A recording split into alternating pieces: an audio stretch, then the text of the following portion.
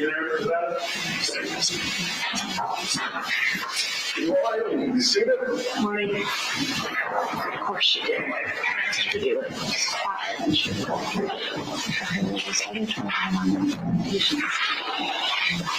was Gentleman McGugan. I already did. Our family asking to be on Zoom once again. I do not know the answer to that, Judge. I'm sorry. Let me concur. I think we should probably assume so. Oh, and I see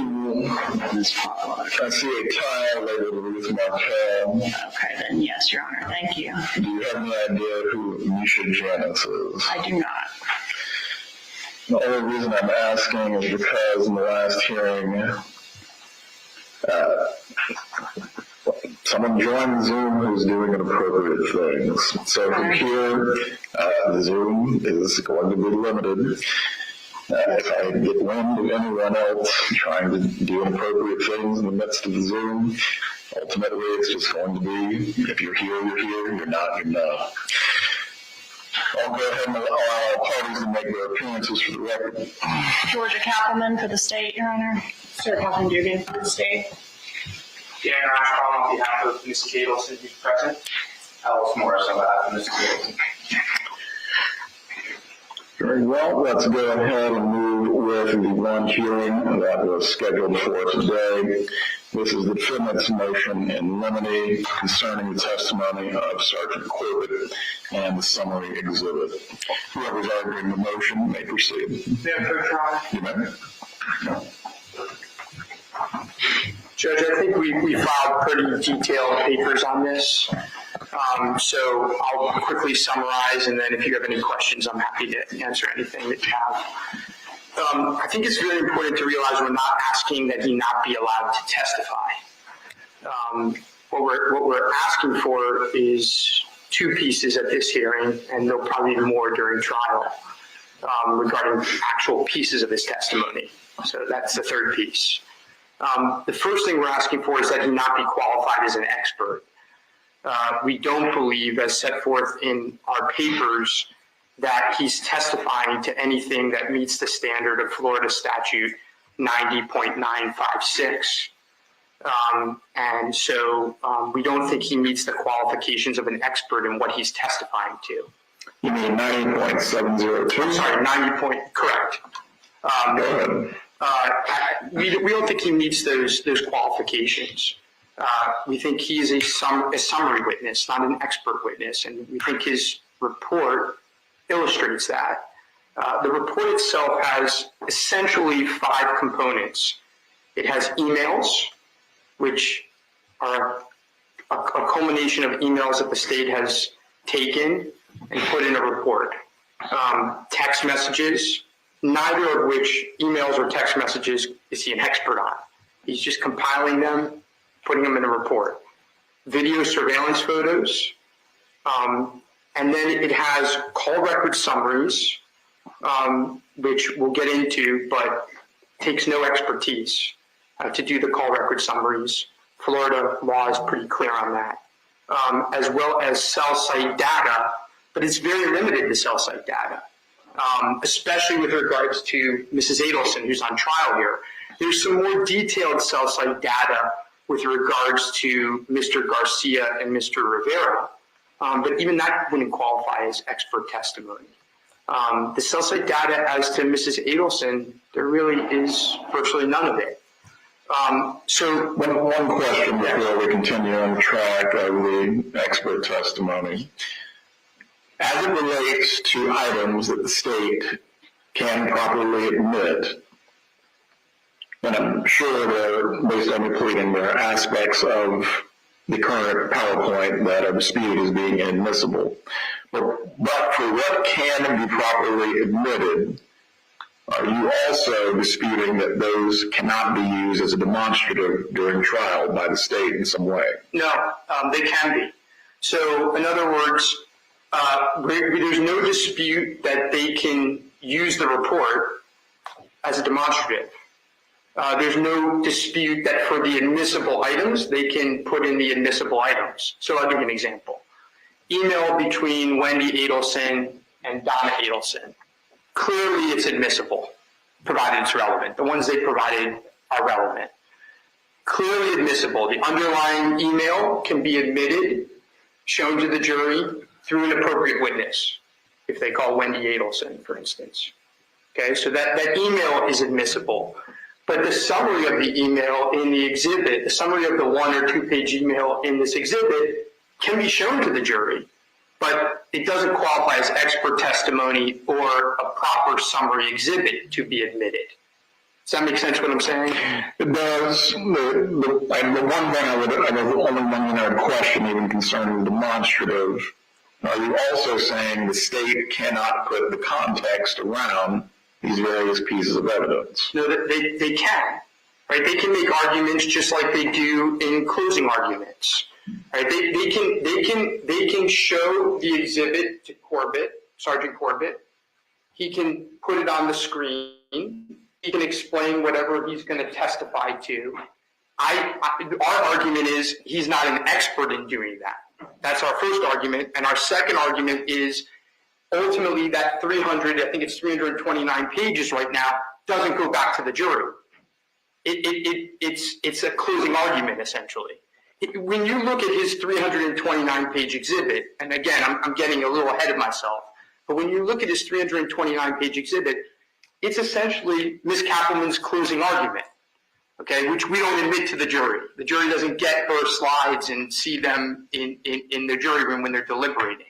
But no, of course, they're able to, provided it's admissible material in it, they're allowed to show the exhibit. They're allowed to use it as a demonstrative. They're allowed to question Sergeant Corbett. He is allowed to be a witness based on what he did. Our argument is, number one, he's not an expert, and number two, the actual exhibit is not an appropriate summary exhibit that would go back to the jury during deliberations. That's what our memo is about, and it's supported, Judge, by Florida law.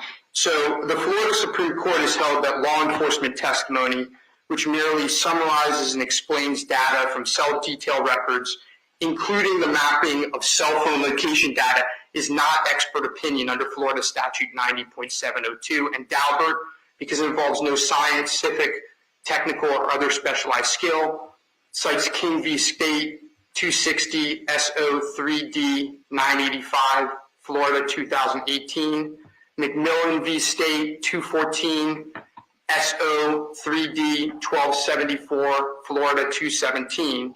The Florida Supreme Court has supported that, and so has the 11th Circuit in Batista, B-A-T-I-S-T-A, in affirming the Florida Supreme Court, where the 11th Circuit of Court of Appeals affirmed a district court's decision to admit as lay testimony an FBI agent's use of cell phone records, along with the phone company's records of where their cell phone towers were located, to plot on a map which towers connected with which cell phones at a particular point in time. But it said it wasn't expert opinion. It said that you don't need the agent doesn't have any expertise to read the cell phone records to determine which cell tower was used at a particular time, look up the latitude and longitude of that cell tower in the company's records, and mark the intersection of the latitude and longitude on a map. That's precisely what Sergeant Corbett is doing here. It is exactly on point to what he's doing here. Also, the fact that he pulled data off of iClouds and he pulled data off of iPhones, it's not expert. Now, of course, he's able to testify to it, but it doesn't meet the standards of expert testimony. Now, moving to the second point, Judge, which is whether... Before you move on to that, when it comes to the data pulls, because I've heard this argued, not by you, but a number of ways over the years. The first being the data pull itself is a factual issue, which I would agree. How the machine works and whether or not the data pull was in fact, it took place technically in a correct manner, that goes to more specialized information. Is there going to be any contesting of any way that the data pull was somehow not technically proper or sufficient? Because if so, at that point, now we are veering into a matter that deals with specialized information, knowledge, or expertise. Judge, may I have one moment, please? Go ahead. You've stipulated to that. That's one of the things you stipulated to. All right, so we'll have to figure that out. Okay.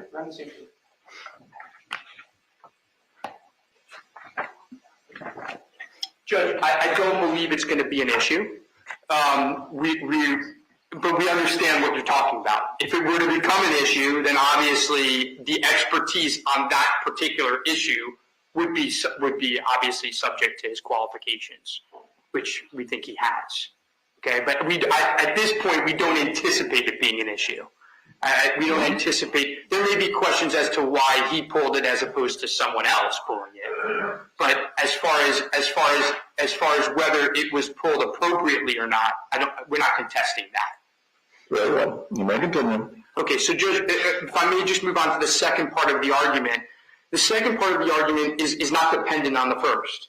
So whether he's an expert or not an expert, it really is an independent inquiry, the second part of the argument, which is whether ultimately whatever turns into his exhibit, his demonstrative, goes back to the jury. And again, for purposes of today, unless you want to go into it, I'm not going to be talking about specific pages that we don't believe are admissible. So let's just talk about the thing as a whole, if that's okay with the court. Go ahead. So, Judge, this summary, and I think you've had an opportunity to view it. It's not, the first thing to understand is it's not a neutral summary. That's the first thing to understand. The second thing not that alone does not end the inquiry. It's just a fact. Well, to that, and obviously a criminal case is different from a civil case, but all the time, in civilly litigated matters, parties will have presentations, reports, summaries prepared. The plaintiff, by nature, is adverse to the defendant. Anything that they're preparing for the jurors is going to advocate or in some way demonstrate why I should win. As it relates to this summary, the state is prepared this in anticipation of litigation to advocate their position. Why is this inappropriate? That alone, that fact that it's not neutral, is not the determining factor. But it's one that courts would tell you to look at in deciding whether it is a summary that's appropriate to go back to the jury or whether it is more in line with a closing argument, which would not be appropriate to go back to the jury. So I start with that just because it's just as a basic factual point. I don't think it's determinative of your decision.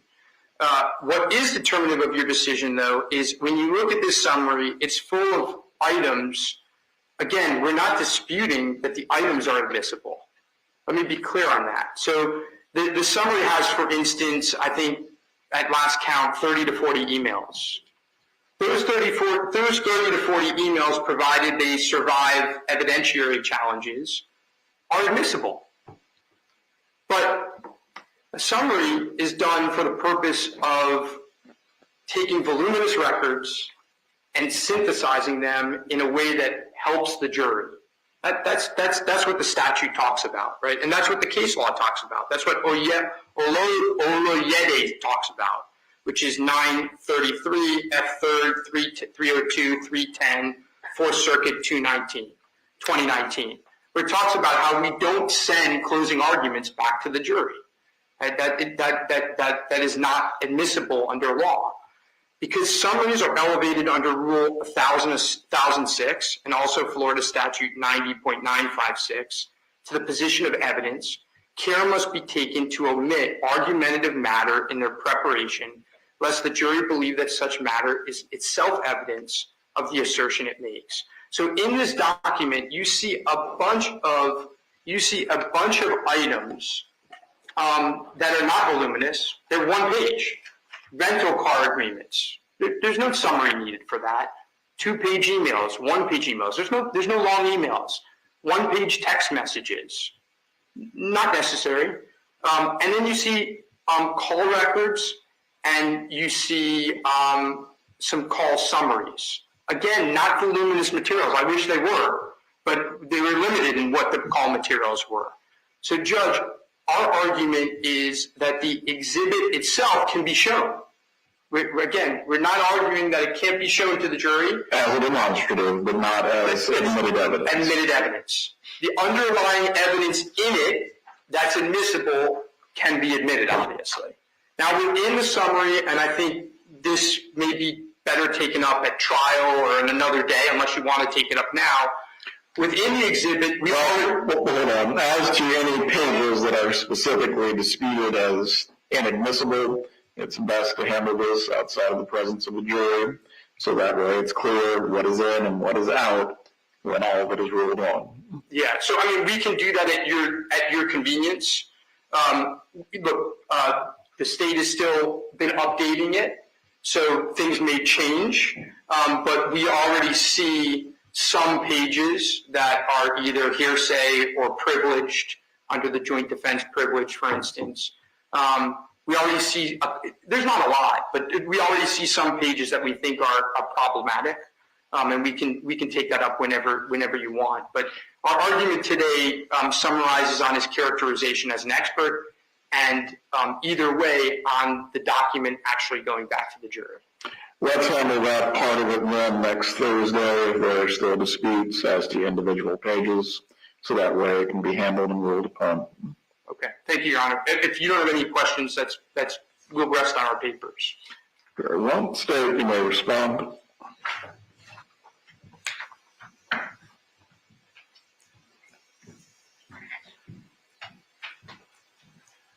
Morning, Judge. Good morning. So the defense motion argues that, you don't have to be an expert in order to testify to phone evidence. And they cited the King and Gordon cases in their motion and talked about them this morning. I think it's important to consider that in both of those cases, which were post-conviction motions, where the court said that the defense was actually not ineffective for not getting their own expert or not objecting to the witness testifying for not being an expert. The defense did not object to a non-expert law enforcement officer testifying to the cell phone evidence in that case because it was a strategic decision.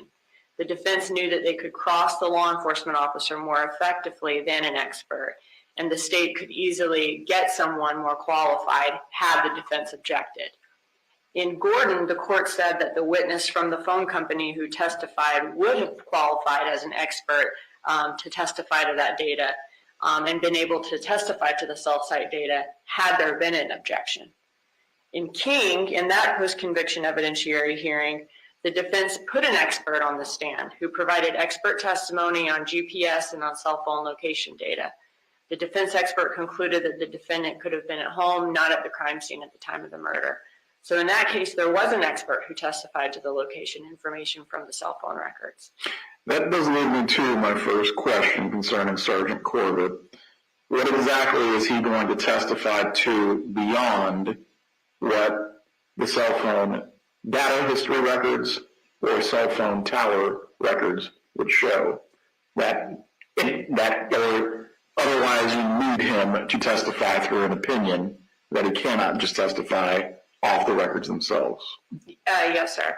So he's going to be, and I have this in just a second, but as far as the summary goes, he's not testifying as an expert to everything in the summary, but he's testifying as an expert to a large part of the summary when it comes to cell site location data and how far, who's using a handset at the time and how far the person is from the cell site location. He uses more. So you're saying how to interpret that data? Yes, sir. And he uses more than just cell phone records to do that. But the cases, the Gordon and the King cases, those cases say a witness does not have to be an expert to testify to some of that information. But they're not saying that you cannot present an expert to offer an opinion on a handset's location. If that witness has the necessary training and experience, just as was done at the hearing in the King case and could have been done at the trial at the Gordon case. And Sergeant Corbett has hundreds of hours of training and experience and has offered an expert opinion well over 100 times in circuit court. The reason they don't want him to be able to declare an expert, they don't want him to be able to offer an opinion. And this is more than just a data pull of, hey, we got these cell phone records, and this is more than just, this is where the cell site locations are at any given place in Florida.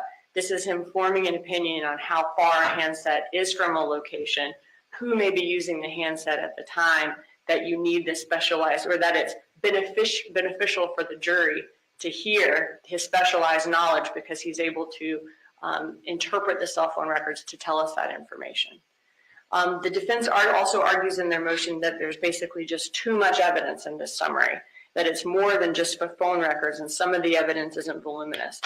But a summary's whole purpose is to summarize relevant evidence. Sergeant Corbett, as I said, is not offering an expert opinion on everything in the summary. He's offering an expert opinion on the interpretation of the cell phone records, the location of the handsets, who may be using the handset at the time.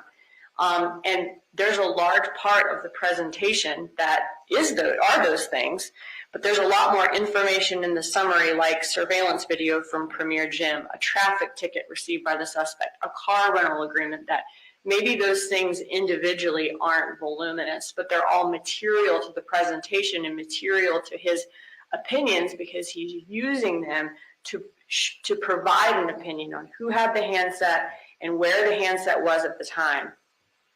For example, if a certain suspect's phone is communicating with a cell site that's consistent with like a car rental company, an expert may be able to better determine who was using the handset at the time and confirm their actual location and confirm the reliability of the cell site information. If we're able to see that, well, that person actually got a rental agreement at the time, they got a traffic ticket shortly after the car was rented, all of those things help him form his opinions and determine that. The defense says, this is a closing argument. The information that he looked at in this case, there is so much digital evidence that it is very all-encompassing.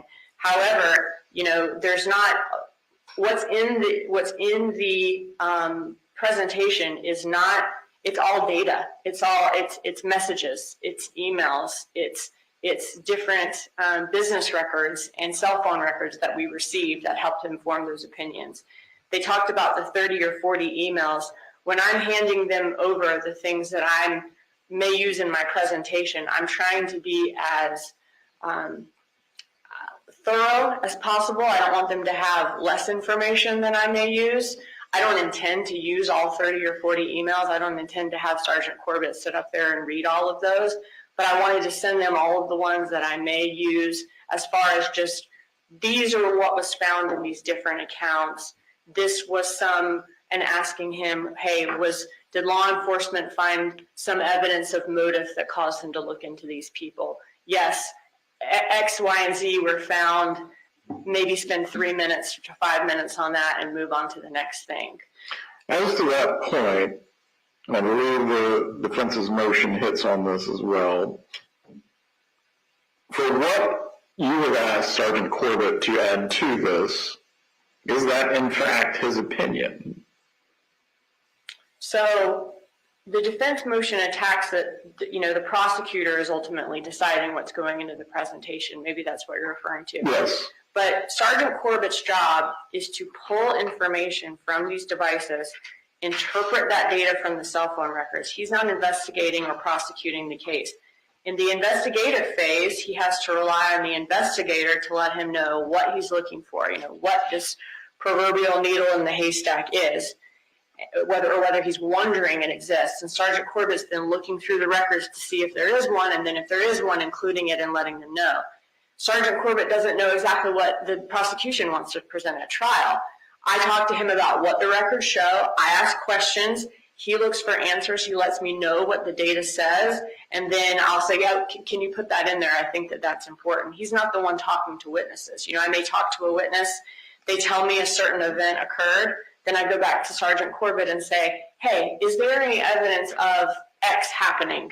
And he lets me know that may corroborate what the witness says, and then we're able to put it in there.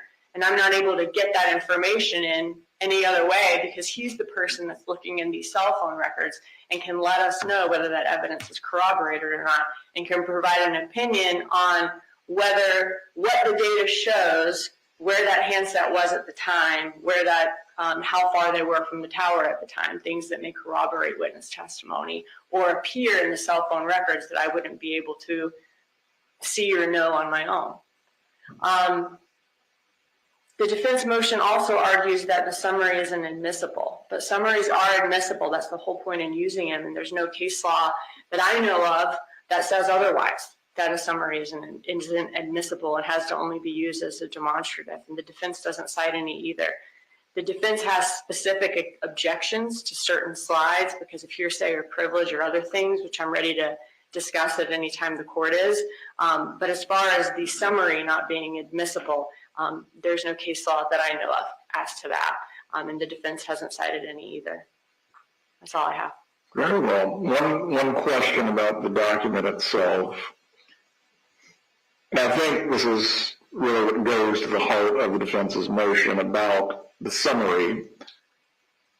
If you're taking, say, thousands of pages of documents and you reduce them to, let's give an arbitrary number, a 25-page report, you have synthesized the larger to the smaller into something that is digestible for the jury to use in making their decision. That, or at least in quoting their position, is not argumentative. Some of these things are more or less a part of the state's summary, at least as it stands right now. It's showing corroboration of other evidence. Is that in fact a summary in the sense that the statute defines a summary?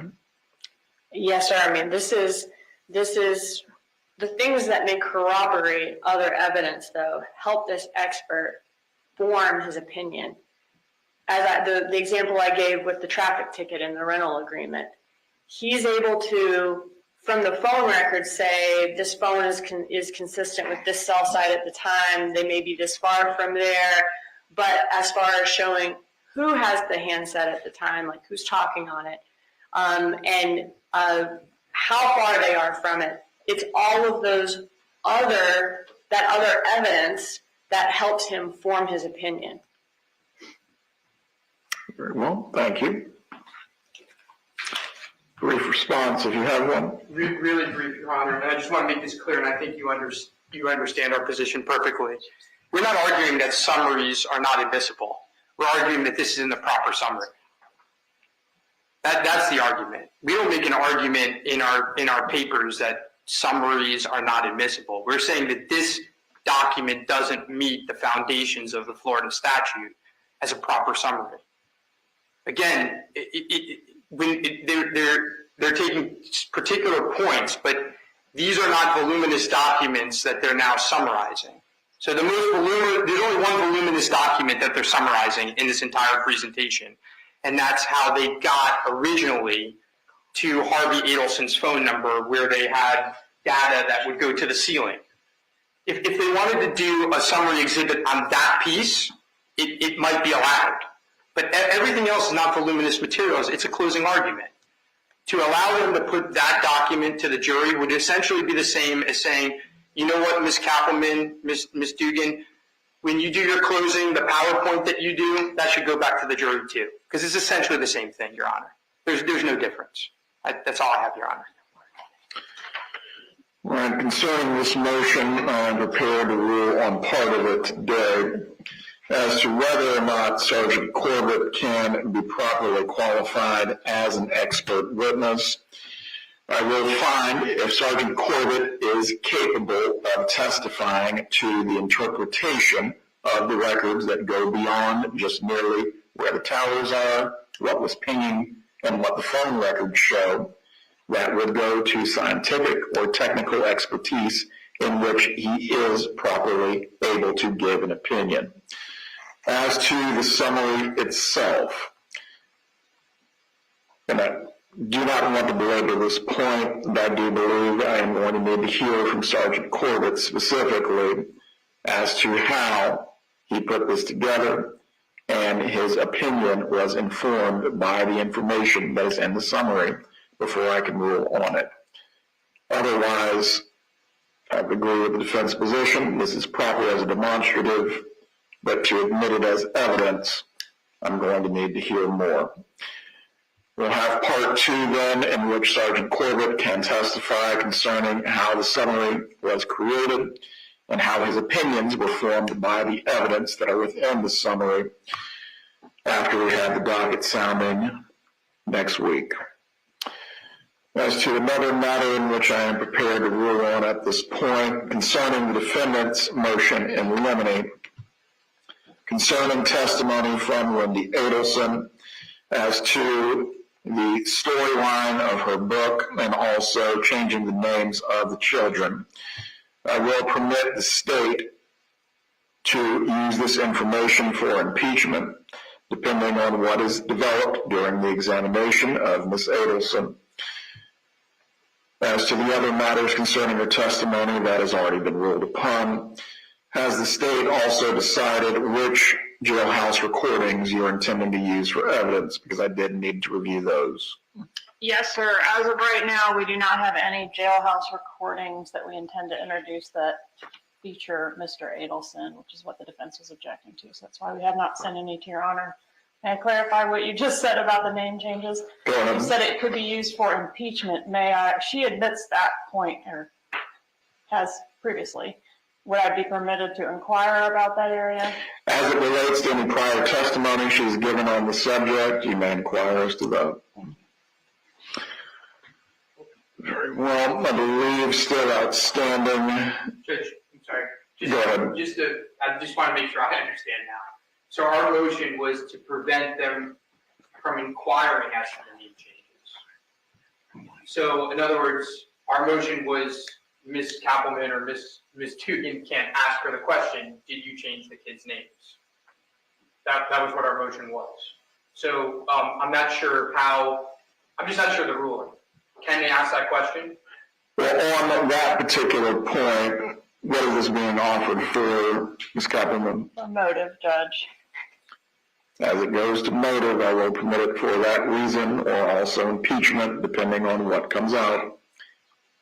Motive and bias are equally available for both parties to explore. All right. As to the state's motion in limine, I believe there is also one other outstanding item to be addressed concerning Luis Rivera's gang affiliation. As to this particular point, and I've researched this further, Mr. Rauschbaum, as to the name of the organization, I'm really failing to gather why hearing I was threatened by a gang member versus I was threatened by a Latin King member is going to in some way create a greater credibility in front of the jury for the narrative that you wish to weave. I will permit Ms. Adelson, if she testifies, that she acted in accordance with being threatened by a gang member. The specific name of the gang, I don't believe in any way is going to assist the trier of fact in terms of assessing her story, whether it's credible or not. They will make their determination if they believe this testimony. I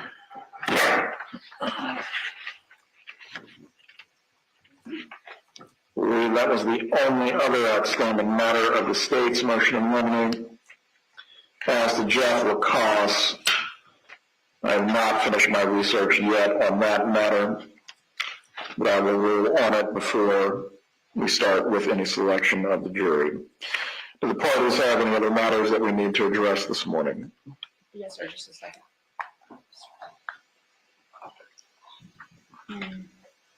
Judge, in contemplation, like of planning when to start evidence, can we all agree that we would not start the presentation of witnesses until Friday, the first Friday? Assuming that we have the jury selected by Thursday. Yes, sir. Well, that would probably be appropriate. Does the defense have a position concerning those? You have one moment. Go ahead. That's fine, Your Honor.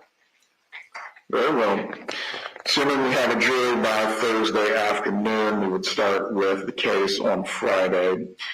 Well, would the parties be able to go into their openings, assuming there's enough time Thursday afternoon? Yes, sir. Mr. Rauschbaum? Very well. If we have enough time, then after we have the jury selected and sworn, we would give openings and then launch into the testimony from there with all the witnesses. Does the state have an idea, at least in terms of days, how long you think the case in chief will last? I think 6 to 7 for our case in chief, Judge. All right. Does the defense have any idea at this point? I would say, it depends, obviously, but I would think 2 days. Very well. No one is going to be held fast and firm to this. I'm just asking for an estimate. One other matter to address with the defendant directly before we finish this morning. Ms. Adelson, next week we are going to have your final pretrial. That is typically the hearing in which I inquire of both parties if they are in fact ready to go to trial, if any continuances are necessary, and also information concerning plea offers. As I stated to you at a previous hearing, I do not prod people to take pleas. However, if you wish to consider a plea offer from the state, the time is rapidly coming for you to make that decision as to whether you desire to entertain any plea offer or not. If you want your counsel to provide an offer to the state, also the time is coming very close to a conclusion for them to do that as well. I'm not going to prod you either way, but I want you to be mindful of the fact, once we begin jury selection and the denial is sworn, that means trial has started. From there, basically because of count 1, if you are convicted as charged, my hands will be tied concerning any sentencing on that matter. Your attorneys will have further discussion with you concerning this, but if you are considering anything at all, you need to make a decision on this quickly. Do you understand where I'm coming from? Yes, I do. Very well. We are in recess. I will see everyone next week at 9 o'clock, September 12th. Judge, Yes, sir. maybe we briefly go sidebar. Yes.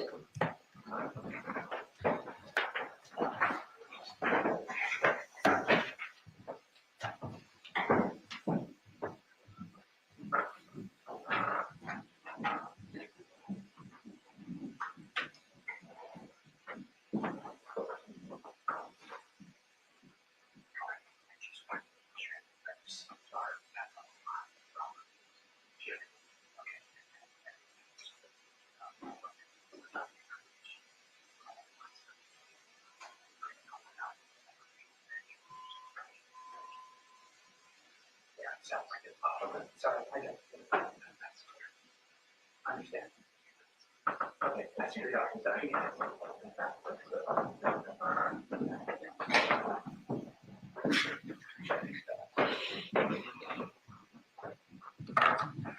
All right.